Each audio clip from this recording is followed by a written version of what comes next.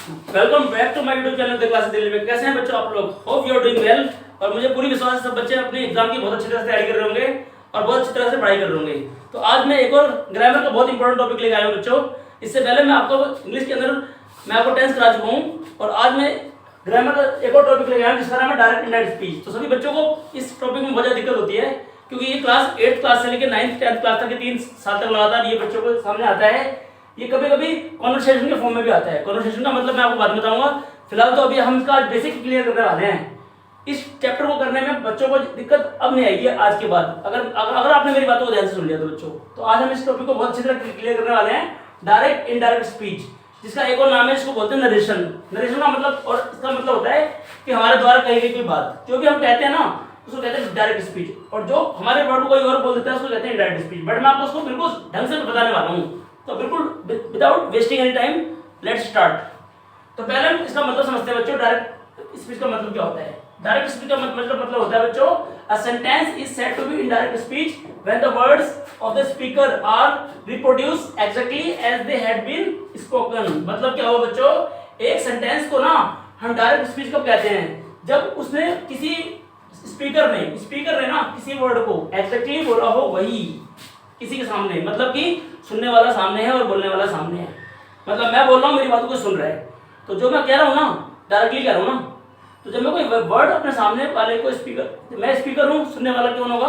वो ऑब्जेक्ट होगा, मैं हूँ सब्जेक्ट। तो जो बंदा बोलता है ना दैट इज कॉल्ड स्पीकर और सुनने वाला होता है ऑब्जेक्ट। तो इसका मतलब जब कोई स्पीकर किसी वर्ड को डायरेक्टली बोलता है किसी के सामने, that is called direct speech. मैंने इसका आपको दिया है एक एग्जांपल देखा जाए, जैसे Ram said to me, comma inverted comma begin, I will go to market now. Ram ने मुझसे कहा कि अब मैं मार्केट जाऊंगा। अब मतलब ये कहने का मतलब है कि जो राम ने बोला, राम इसमें बोलने वाला है स्पीकर, तो ये हो गया सब्जेक्ट, मी हो गया इसमें ऑब्जेक्ट, सुनने वाला होता है ऑब्जेक्ट। और सेड टू को बोलते हैं रिपोर्टेड वर्ब, इसको बोलते हैं रिपोर्टेड वर्ब आरबी, और इस पूरे को बोलते हैं रिपोर्टेड स्पीच। रिपोर्टेड स्पीच, हालांकि इसने वर्ड आमने सामने बोला है, बिल्कुल रिपोर्टेड स्पीच भी बोलते हैं इसको, ठीक है बच्चों, क्योंकि सामने बोली गई बिल्कुल। हालांकि मैं आपको इसका मतलब ये और बताऊंगा अच्छी तरीके से क्लियरली। तो ये जो वर्ड बोले गए ना, इसने जो वर्ड बोले हैं उसको इन्वर्टेड कॉमा के हमने अंदर लिखा है, ध्यान रखना बच्चों। तो I will go to market now को इन्वर्टेड कॉमा के अंदर लिखा गया है और ये बिल्कुल सामने बोला गया, बिल्कुल डायरेक्टली बोला गया है। अब इसी बात को अगर राम की बात को ये जो मी है वो किसी और को जाके, किसी थर्ड पर्सन को जाके बोल देता है कि राम कह रहा था कि वह आज मार्केट जाएगा, वो अब मार्केट जाएगा। मतलब कि राम के वर्ड को ना, ये जो मी है ना, अपने वर्ड्स में अगर बोल दे किसी और के सामने जाके, अगर थर्ड पर्सन सामने जाके, that is called indirect speech. तो when the words of the speaker, देखो ये स्पीकर है, ये कौन है? सुनने वाला है। तो जब स्पीकर के वर्ड को ना, ये जो मी है, अपने वर्ड्स में बोल दे, देखो when the words of the speaker are reported in own words, own word को मतलब अपने शब्दों में कहते हैं, the sentence in indirect speech और reported speech, इस सेंटेंस को कहते हैं indirect speech या फिर बोलते हैं reported speech। मतलब ये जो मी है ना, इसकी बात को सुनता है डायरेक्टली, बट वो जाकर किसी और को बोलता है इनडायरेक्टली, इसके वर्ड को अपने वर्ड में बोलता है। जैसे कि मैंने इसका आंसर लिखा इनडायरेक्ट स्पीच का, इनडायरेक्ट स्पीच का आई इसमें लिख देता हूँ, राम सेड टू को हम बदलते हैं टोल्ड में। सारे रूल्स मैं आपको बाद में बताऊंगा, मैं सिर्फ आपको बता रहा हूँ कि होता है कैसे। राम सेड टू चेंज करते हैं बच्चों टोल्ड में, Ram told me, comma inverted comma को हटा के हमेशा दैट लगाएंगे बच्चों। उसके बाद आई चेंज करेंगे, आई को बदलेंगे, राम में आई कौन सा पर्सन है? फर्स्ट पर्सन है। चेंज इनटू होता है सब्जेक्ट, सब्जेक्ट कौन है? राम, राम के लिए ही लगाते हैं। विल का वुड, अभी चिंता मत करना बच्चे, आ कैसे रहा है मैं बाद में बताऊंगा इसका मतलब। वो टू मार्केट नाउ का देन हो जाएगा, बस अभी तुम देख लो बस। और कॉमा इन्वर्टेड कॉमा हट के लगाएगा, लास्ट में फुल स्टॉप हो जाएगा। तो ये डायरेक्ट स्पीच है, जो राम ने बिल्कुल डायरेक्टली मी से बोला और मी ने इसी वर्ड को जाके किसी और से बता दिया कि राम टोल्ड मी, राम ने मुझे बताया कि वह अब मार्केट जाएगा। तो ये वर्ड उसने किसी और ने बोला है, मी ने बोला है जाके, तो ये इंडायरेक्ट स्पीच हो गया। तो ये तो हमारी एक बार स्टार्टिंग हो गई है। अब मैं थोड़ा इसके बारे में तुम्हें और ज्यादा डीपली बताने जा रहा हूँ बच्चों। सबसे पहले सेंटेंस के अंदर कितने टाइप के आते हैं? हम अभी फिलहाल तो 3 टाइप के सेंटेंस करेंगे, बट आज की वीडियो में देखते हैं हमारा कितना हो पाता है, क्योंकि हमें वीडियो को ज्यादा लेंथी नहीं करना। पहले हम करने जा रहे हैं इसमें अफर्मेटिव सेंटेंस, या बोलते हैं इसको असर्टिव। अफर्मेटिव, हालांकि अफर्मेटिव और असर्टिव में बहुत फर्क होता है। असर्टिव सेंटेंस 2 टाइप के होते हैं, एक अफर्मेटिव और एक नेगेटिव। तो आप इसको चाहे तो एसर्टिव मान सकते हो, इसमें नेगेटिव वाले भी आ जाएंगे एसर्टिव। दूसरा जो टाइप होगा हमारे सामने इंटरोगेटिव होगा, जिसमें हम क्वेश्चन मार्क वाले करेंगे, इंटरोगेटिव सेंटेंस करेंगे हम।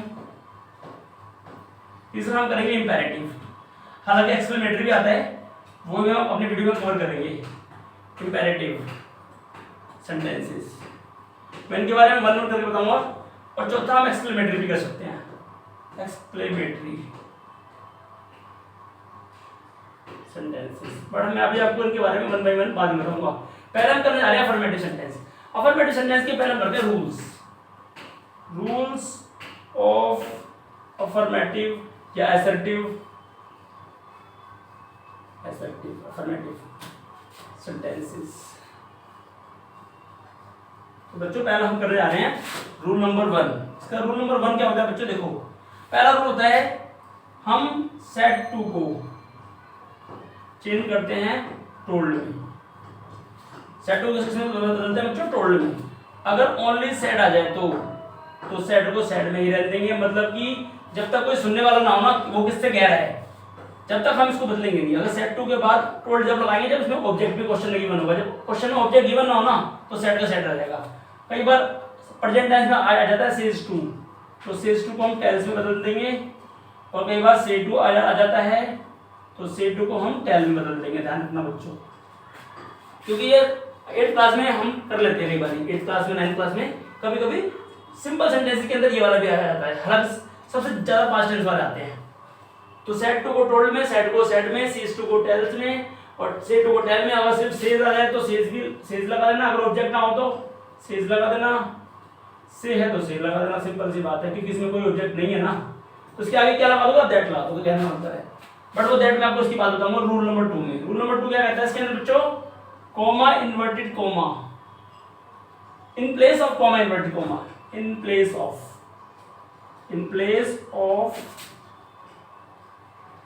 कॉमा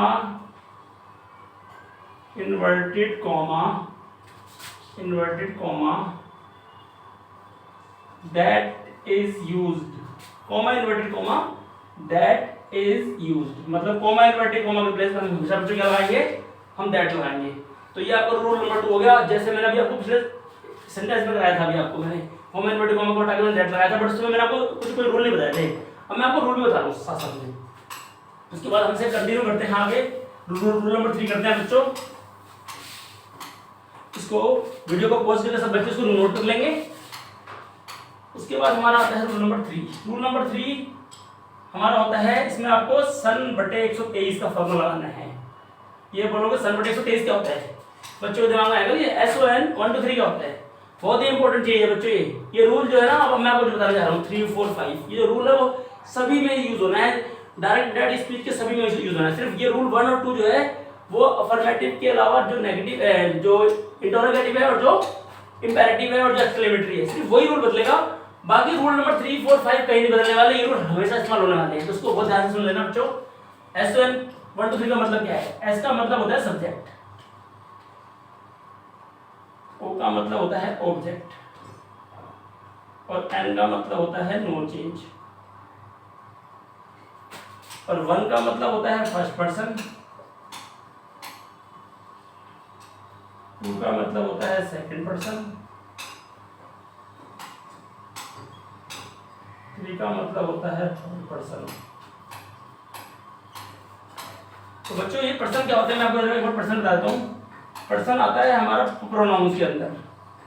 कौन कौन से प्रोनाउन? जैसे कि फर्स्ट पर्सन अगर हम देखते हैं तो फर्स्ट पर्सन में कौन कौन से आते हैं प्रोनाउन? फर्स्ट पर्सन में आते हैं I, my, me, we, our, us. Second person में आते हैं बच्चों यू, योर, यू। और बच्चों थर्ड पर्सन हम यहाँ लिख देते हैं। थर्ड पर्सन में आते हैं बच्चों ही, शी, दे, इट। ही की लाइन में आएगा बच्चों हिज और हर। शी की लाइन में आएगा ही की लाइन में हिज और हिम, सॉरी हिज, हिम। सी की लाइन में हर और हर, दे की लाइन में दियर और देम। तो ये जो लाइन है ना, जिस लाइन में मैंने लिखा है बच्चों, इसी लाइन में लिखना, he his him she her her they their them, it का इट आएगा। मतलब कि ये जो आपको फर्स्ट पर्सन बताया मैंने, सेकंड पर्सन बताया, जिस तरह से मैंने जिस ऑर्डर में बताया ना बच्चों, इसी ऑर्डर में कॉपी में लिखना है आपको, और इसी ऑर्डर में आपको उसको याद करना है, बिकॉज इसकी ऑर्डर की बहुत ज्यादा इंपॉर्टेंस है बच्चों, इसकी ऑर्डर की बहुत ज्यादा इंपॉर्टेंस है। आपको उसको चेंज बिल्कुल नहीं करना है अपनी मर्जी से, कहीं की आगे पीछे जैसे मर्जी कर लो, ऐसा बिल्कुल नहीं करना है। ठीक है बच्चों, अब इसका मैं आपको मतलब बता रहा हूँ कि सन बटे 123 का मतलब क्या होता है। यहाँ पर जो एस का मतलब सब्जेक्ट है ना, और ओ का मतलब ऑब्जेक्ट है, एन का मतलब नो चेंज है, वन का मतलब फर्स्ट पर्सन, टू का मतलब सेकंड पर्सन, थ्री का मतलब थर्ड पर्सन। तो इसमें ध्यान रखना बच्चों, first person change into subject, second person change into object, third person no change. ये बात चाहे तो आप यहाँ लिख लो बच्चों, first person change into subject, second person, copy में लिख लेना बच्चों, ये second person change into object, और लिख लेना लास्ट में third person no change. Third person जो चेंज नहीं करना, मतलब कि ये जो लास्ट में लिखा ना, he his him she her they their them it, ये सारे रूल्स मैं आपको सिर्फ आपको लिखा रहा हूँ, मैं इसका यूज नहीं बता रहा हूँ बच्चों। मैं आपको तो बिल्कुल भी, जिसको कुछ समझ में आया तो बिल्कुल भी मत घबराना, क्योंकि ये अभी आपको समझ में नहीं आएगा, जब मैं इसको क्वेश्चन कराऊंगा आपको समझ में आएगा। ये सारे चेंजेस कहाँ होने हैं, ये चेंजेस सारे हमेशा इन्वर्टेड कॉमा के अंदर के जो वर्ड होते हैं, जिसको बोलते हैं रिपोर्टेड स्पीच, ये सारे चेंजेस वही होने हैं बच्चों, ध्यान रखना। तो ये अभी बिल्कुल भी मत डरना, कॉमा इन्वर्टेड कॉमा से, जो कॉमा से पहले वाले में बिल्कुल बदलाव नहीं होंगे, कॉमा के बाद जो इन्वर्टेड कॉमा के अंदर जो सेंटेंस लिखा होता है ना बच्चों, ये सारे चेंजेस उसमें होने हैं। तो बिल्कुल भी अगर आपको समझ में आए तो बिल्कुल मत घबराना, सिर्फ अभी आप उसको लिख लो बस, इसको मैं बिल्कुल आपको क्लियर कर दूंगा बाद में। अब हम करेंगे रूल नंबर 4।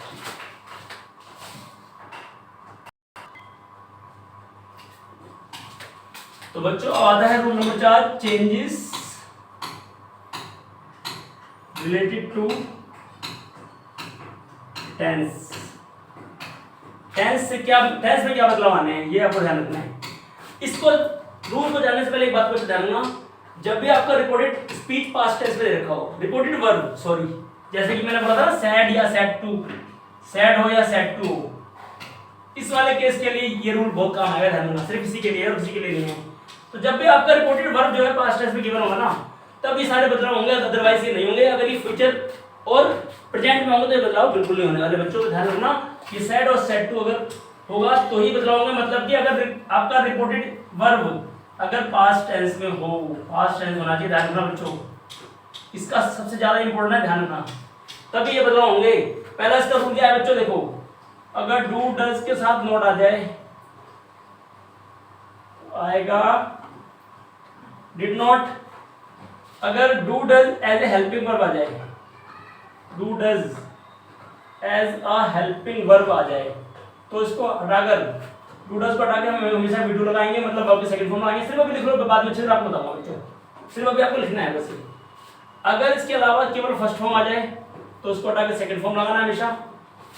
अगर आपका इसके बाद इज एम आर, मेरा बोलने का मतलब बच्चों की सिंपल प्रेजेंट है, ये सारी पहचान सिंपल प्रेजेंट की होती है, ये सब पहचान सिंपल प्रेजेंट की होती है, सिंपल प्रेजेंट की होती है सारी पहचान।